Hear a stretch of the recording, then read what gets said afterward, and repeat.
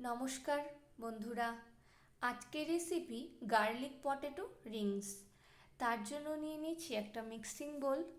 এর মধ্যে নিয়ে নিয়েছি মেজারিং কাপের 1 কাপ আলু। আলুটাকে আমি সেদ্ধ করে ম্যাশ করে নিয়েছি। দিয়ে দিচ্ছি এর মধ্যে 1/2 কাপ রাইস। নিয়ে নিচ্ছি 8 থেকে 9টা সেদ্ধ করা রসুন।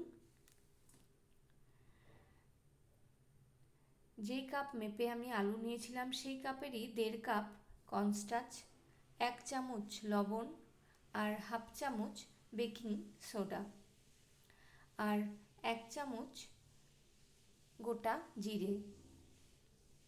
এগুলোকে ভালো করে মিশিয়ে নেব।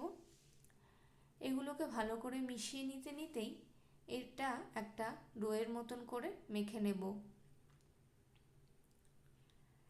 এর মধ্যে কিন্তু আলাদা করে কোনো জলের ব্যবহার করতে লাগবে না। এটা যত মাখা হবে তত একটা ডোয়ের আকার নিয়ে নেবে। দেখুন, এরকম একটা ডো তৈরি হয়ে গেল।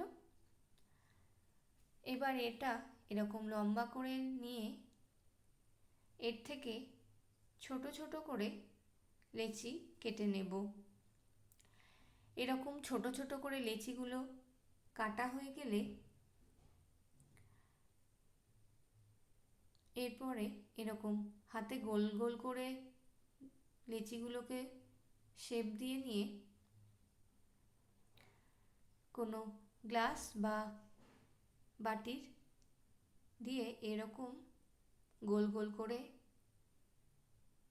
তৈরি করে নিতে হবে।